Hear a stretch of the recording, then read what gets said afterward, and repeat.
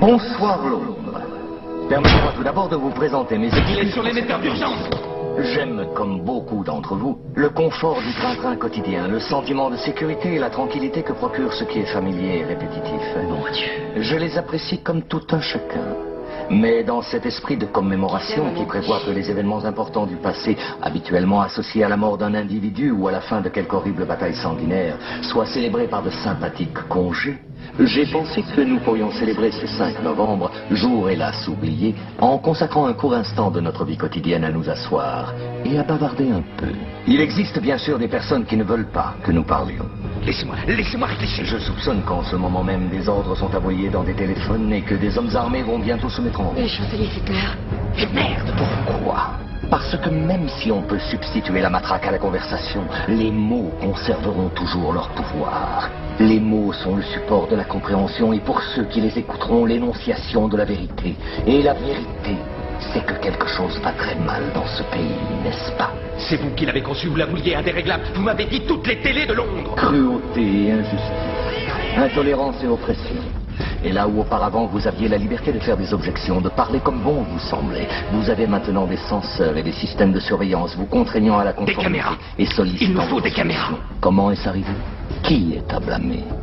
Bien sûr, il y a ceux qui sont plus responsables que les autres et qui devront en rendre compte. Mais, encore dans un souci de vérité, si vous cherchez le coupable, regardez simplement dans un miroir. Je sais pourquoi vous l'avez fait. Je sais que vous aviez peur. Qui pourrait se vanter du contraire? Guerre, terreur, maladie. Une myriade de problèmes a contribué à perturber votre jugement et à vous priver de votre bon sens.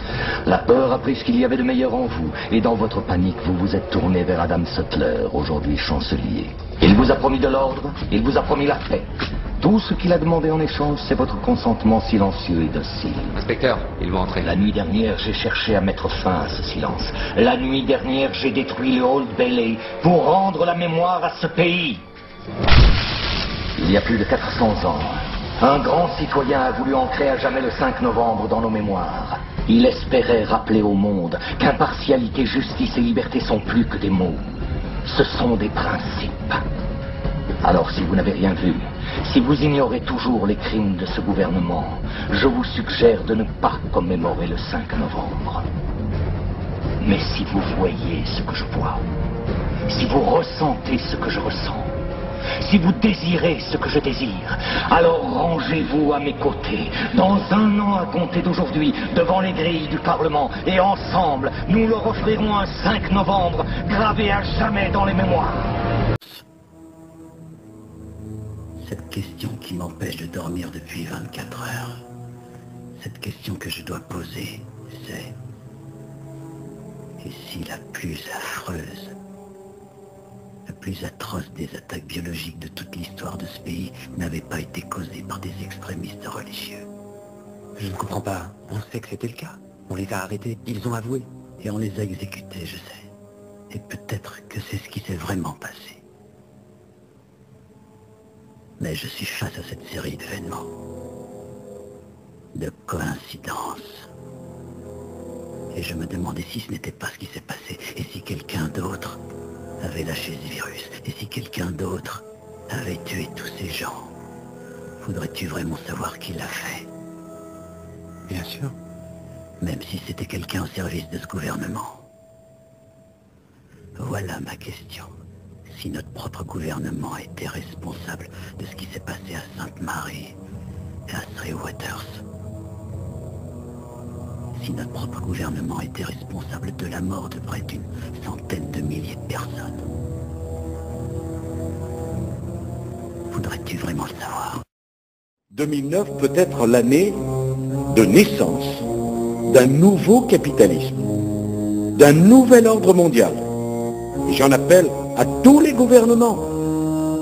Aucun d'entre nous n'en sortira en faisant sa propre politique dans son coin, isolé de ce que font les autres. On ira ensemble vers ce nouvel ordre mondial. Et personne, je dis bien personne, ne pourra s'y opposer. Car à travers le monde, les forces au service du changement sont considérablement plus fortes que les conservatismes et les immobilismes. C'est la première fois que je m'exprime au nom de la France à cette tribune. Il s'agit pour moi d'un instant solennel, d'un instant émouvant. C'est un véritable New Deal à l'échelle planétaire qui est nécessaire. Un New Deal écologique et économique. Au nom de la France, j'appelle tous les États à se réunir pour fonder le nouvel ordre mondial du XXIe siècle sur cette idée forte que les biens communs de l'humanité doivent être placés sous la responsabilité de l'humanité tout entière. Et puis, rappelez-vous ce qui s'est passé, j'en ai déjà parlé ici maintes fois, en 1971, le 15 août exactement, c'est la fête de la Vierge, hein, le 15 août, Nixon apparaît à la télévision américaine et fait une annonce nationale, n'est-ce pas, catastrophée, hein, il est obligé de déconnecter, d'interrompre toutes les promesses économiques des États-Unis, il déconnecte le dollar de l'or. Finito, terminé, parce qu'ils ont tellement dépensé à la guerre du Vietnam que... Alors du coup, il y a plein de pays qui se sont retrouvés avec leur dollar, mais sans les lingots d'or. Hein. Et la CIA, vous retrouverez sur mon site tous les rapports de l'époque, puisque maintenant c'est public, la CIA a tout fait pour empêcher les pays de récupérer leurs lingots d'or. Seul De Gaulle a envoyé la marine nationale récupérer les lingots d'or. Hein, et il l'avait vu avant lui. Hein, il voyait bien que les mecs, ils impriment autant de dollars qu'ils voulaient. Et je crois qu'il y a l'Espagne aussi qui a récupéré ses lingots d'or. Et c'est tout. C'est les deux seuls pays qui ont récupéré leurs lingots d'or.